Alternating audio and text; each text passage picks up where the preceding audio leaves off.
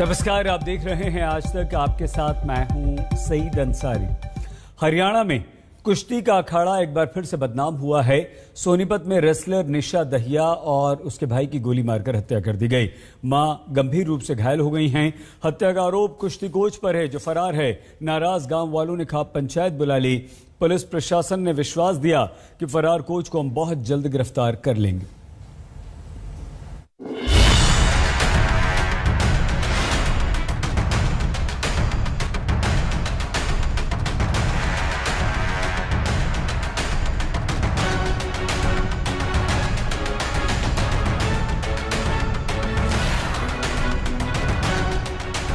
गम है, गुस्सा है और हैरानी कि कुश्ती का अखाड़ा मौत का अखाड़ा कैसे बन गया। सोनीपत का ये हलालपुर गांव है जहां दहिया खाप की पंचायत गम और गुस्से का इजहार कर रही है। गम है यूनिवर्सिटी लेवल की रेसलर निशा दहिया और उसके भाई सूरज की दर्दनाक हत्या पर। गम है अस्पताल में जिंदगी की जंग लड़ रही निशा की मां की हालत पर। और गुस्सा है उस कोच पवन पर जिसने अपने साथियों के साथ मिलकर कथित तौर पर निशा और सूरज की गोली मारकर हत्या कर दी। निशा दहिया की इसी जगह पर आप देख पा रहे हैं, इस एकेडमी में इसी जगह पर गोली मारकर हत्या कर दी। न सिर्फ निशा दहिया को गोली मारी गई बल्कि उसकी मां और उसके भाई को भी गोली मारी गई, जिसमें भाई की भी मौत हो गई। हम आपको तस्वीरें दिखाएं, इस एकेडमी में हर जगह जो पहलवान सुशील कुमार है उसकी तस्वीरें लगी हैं और सुशील कुमार फिलहाल तिहाड़ जेल में बंद है हत्या के मुकदमे में। अगर आप ये देखें तो जो पवन कोच है, जो आरोपी है, उसके साथ सुशील कुमार की ये तस्वीरें भी आप देख पा रहे हैं। दोपहर 2:30 बजे का वक्त था। निशा के परिवार वालों के मुताबिक कोच पवन ने पहले निशा की हत्या की। उसके बाद निशा के घर फोन किया कि निशा की तबीयत खराब है, उसे लेने एकेडमी आ जाएं। निशा की मां धनपति और भाई सूरज वहां पहुंचे तो निशा को जमीन पर गिरा देखा। आनन फानन में वो पलट कर भागे तो पवन ने निशा की मां को भी गोली मार दी। वहीं जब भाई भागा तो उसे 500 मीटर तक खदेड़ा और आखिरकार गोली मारकर उसकी भी हत्या कर दी। कैसे बात है, इसका निशा की तबीयत खराब है तो वो लड़का बाइक पे अपनी मम्मी को ले गया और देखा वो लड़की पड़ी हुई थी, गोली लगी हुई थी, तो वो नारी की तरफ भागी, ये वापिस गांव की तरफ भागा। तो पहले उसको गोली मारी मिसेज को, फिर इसके पीछे दो भागे, इसको नहर के 1.5 किला मतलब आगे पकड़ा और देखी हमने वो जगह। हाँ, तो वहां पर इसको मारी गोली। लड़की को 5-6 गोली मारी है, इसको भी पता नहीं कितनी गोली मारी है। दयानंद सीआरपीएफ के सिग्नल बटालियन से जुड़े हैं और उनकी तैनाती सोपोर में है। खबर मिलते ही वो फ्लाइट से दिल्ली और फिर बहादुरगढ़ पहुंचे, जहां निशा की मां और उनकी पत्नी को भर्ती कराया गया है। उसके बाद वो गांव पहुंचे। उनकी पत्नी ने ही बताया कि वारदात को पवन कोच उसके साथियों ने ही अंजाम दिया है। पवन और उसका साथी सचिन फरार है। बताया जा रहा है कि पवन निशा के साथ छेड़छाड़ करता था और इसका विरोध ही इस हत्याकांड की वजह बन गया। इनिशियल इन्वेस्टिगेशन में क्या कुछ पता चला है कि किस वजह से इस वारदात को अंजाम दिया? वजह की बात अभी क्लियर नहीं हुई है। हाँ, कंप्लेन में कहा गया है कि पवन छेड़छाड़ किया करता था, जो विक्टिम है, मृतक है जो उनके साथ, तो उस कारण से ही कुछ घटनाक्रम है। हलालपुर गांव के लोगों तक जैसे ही सुशील कुमार कुश्ती एकेडमी में निशा और उसके भाई की हत्या की खबर पहुंची, वो एकेडमी पहुंचे और वहां जमकर तोड़फोड़ की, उसे आग के हवाले कर दिया। पहलवान सुशील कुमार के नाम से चलने वाली इस एकेडमी में जब गोलीकांड की खबर आसपास के गांव वालों को पता चली तो एकेडमी में आप देखें कि किस तरीके से जो पूरा गुस्सा है गांव वालों का वो एकेडमी में फूटा है। उसके बाद जितने भी कमरे थे उसमें जमकर तोड़फोड़ की गई। ये वो तख्त है, ये वो बेड है जिसमें तमाम जो पहलवान आसपास के इलाकों के गांव के वो आकर यहां पर रहते थे और बकायदा यहां पर प्रैक्टिस करते थे। और जो कोच पवन कुमार है वो बकायदा प्रैक्टिस करता था। देखेंगे यहां पर तो आप पोस्टर लगे हुए हैं, जो स्टूडेंट हैं उनके बकायदा यहां पर बेड हैं, तमाम यहां पर उनके सामान वो रखे हुए हैं। और जब ये पूरा गोली कांड हुआ उसके बाद गुस्सा फूटा है। जो पहलवान यहां पर मौजूद थे, जो स्टूडेंट यहां पर मौजूद थे, उनको बकायदा रेस्क्यू किया गया है और पंखों की हालत देखिए तो जाहिर सी बात है किस कदर गुस्सा फूटा गांव वालों का, आप अंदाजा लगा सकते हैं। करीब 6 साल पहले निशा ने स्कूल के दिनों में ही कुश्ती की शुरुआत की थी। 3 साल पहले वो पवन के इस रेसलिंग एकेडमी में आई। 2019 में उसे यूनिवर्सिटी लेवल की चैंपियनशिप में सिल्वर मेडल मिला था। वो राष्ट्रीय और अंतर्राष्ट्रीय स्तर पर नाम कमाना चाहती थी, मगर उसके सपने इस अखाड़े में खून हो गए और उसके सपनों को मौत के घाट किसी और ने नहीं बल्कि उसके ही कोच, उसके ही गुरु ने उतार दिया।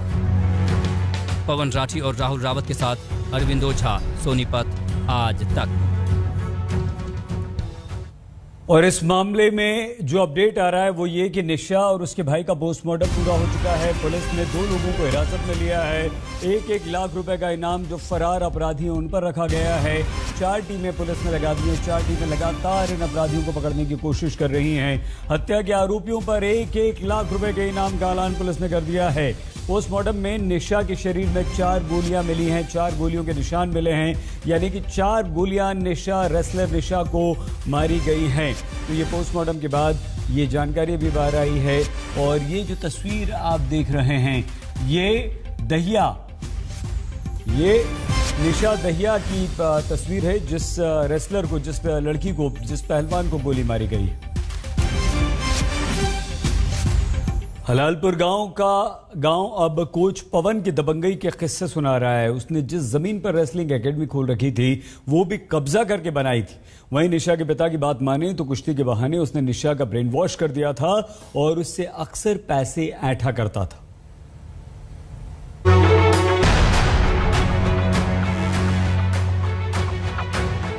सोहबत का असर पड़ता है, आपने सुना होगा और देखा भी होगा। एक बार फिर देखिए, अपने शिष्य की हत्या के आरोप में तिहाड़ की हवा खा रहे सुशील कुमार के साथी पर 1 नहीं 2 कत्ल और 1 जानलेवा हमले का इल्जाम है। मगर जिस कोच पवन पर यह इल्जाम है उसका निशा और उसके परिवार से रिश्ता पुराना था। पवन को हलालपुर के लोग गांव का दामाद मानते थे। खुद निशा के पिता की माने तो जब जब जरूरत पड़ती थी वो पवन को मुंह मांगे पैसे दे दिया करते थे। मैंने कभी उसको एक पैसे के लिए ना नहीं कीजिए, मेरे से पैसा मांगे, 3 लाख मांगे, मैंने 3 लाख रुपए दिए, 1.5 लाख मांगे, मैंने 1.5 लाख रुपए। बच्ची के लिए डाइट की मांगता था, 20,000 30,000 में देता था। अब मिशिन से भी ले जाता, लेकिन मिशिन मेरे को बताती नहीं थी। वो जो उसमें मेडल जीता था इसमें ऑल इंडिया यूनिवर्सिटी में, वो भी मैंने 50,000 रुपये उसी को दे दिए थे। उसका जो भी आदर सम्मान हुआ था वो मैंने पैसे उनसे 1 पैसा नहीं लिया था, वो भी उसी को दे दिए थे। निशा के पिता का कहना है कि पवन ने निशा को ऐसे सब जवाब दिखाया था कि उसके आगे वो अपने पिता की भी बात नहीं सुनती थी।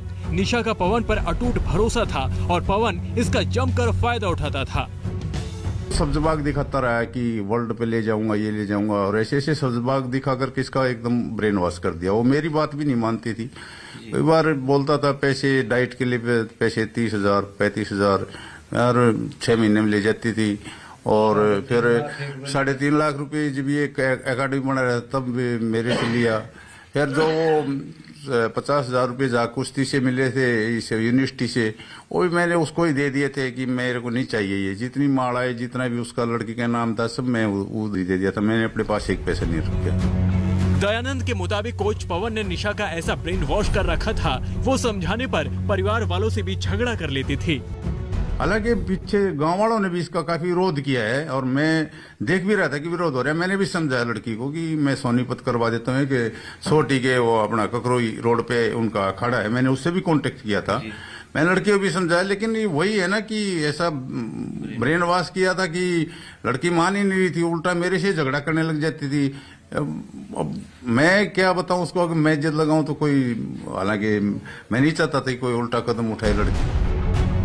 जब परिवार पवन के आगे नतमस्तक था और निशा का उस पर अटूट भरोसा था, तो ऐसा क्या हुआ कि पवन ने निशा की जिंदगी खत्म कर दी। उधर गांव वाले पवन को एक दबंग के रूप में याद करते हैं। आरोप है कि जिस जमीन पर सुशील कुमार कुश्ती एकेडमी बनी है, पवन ने उस जमीन पर दबंगई से कब्जा जमाया था। पवन क्या आपका रिश्तेदार है? रिश्तेदारी में लगा था। तो ये क्या जमीन अभी आपकी है, आपके कब्जे में है या नहीं है? नहीं हुई है कि कब्जे में थी हमारी में। तो आपको कुछ पैसे वैसे मिलते थे? ना, कुछ नहीं मिलता था। तो किस तरीके से यहाँ पर एकेडमी आपकी परमिशन लेकर खोली गई थी? पहले आपसे जब तो राजी रजा में खोली थी, बाद में आकर झगड़ा होना शुरू हुआ। झगड़ा हो गया साहब? हाँ झगड़ा हो गया। तो आप क्या पैसा मांगने आते थे? नहीं फिर हम नहीं आए ना बाद में। क्यों? हमने तो आने बंद कर दिया था, बिल्कुल हम नहीं आए। डर लगता था? हाँ डर लगा था। इन आरोपों से ऐसा लगता है जैसे सुशील कुमार की तरह ही पवन पर भी दबंगई हावी थी। क्या इसी दबंगई ने एक कोच को जमीन पर कब्जा जमाने वाले से कातिल बना दिया? अरविंद ओझा, सोनीपत, आज तक। सोनीपत डबल मर्डर केस ने एक बार फिर से ओलंपियन सुशील कुमार की करतूतें याद दिला दी। सुशील कुमार जहां अपने शिष्य की हत्या के आरोप में जेल में बंद है, तो वहीं पवन अपनी शिष्या की हत्या करके फरार है। गोलीबारी की जहां घटना हुई वो रेसलिंग एकेडमी सुशील कुमार के नाम पर ही है और उसका उद्घाटन खुद सुशील कुमार ने ही किया था।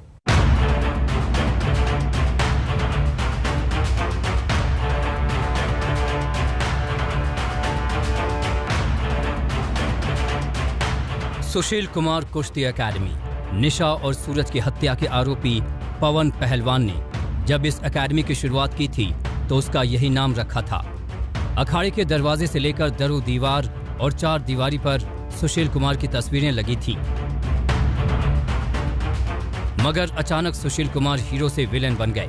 शोहरत की बुलंदियों को छूने के बाद सुशील कुमार अपने ही शिष्य की हत्या के मामले में गिरफ्तार किए गए और आज जेल में बंद हैं।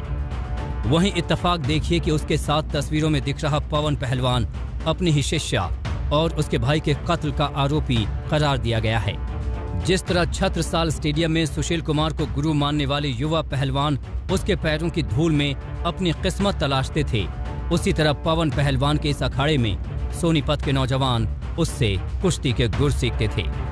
मगर सुशील कुमार ने गुरु और शिष्य के रिश्ते को खून की छींटों से रंग दिया। आरोप लगा कि उसने सागर धनखड़ को हॉकी स्टिक से इतना पीटा कि अस्पताल में उसकी मौत हो गई। एक और दर्दनाक इत्तेफाक देखिए कि सागर धनखड़ भी इसी सोनीपत का था, जहां सुशील की तरह ही उसके साथी पवन पहलवान ने गुरु और शिष्या के रिश्ते को न केवल दागदार किया बल्कि उसे गोलियों से भी भून दिया।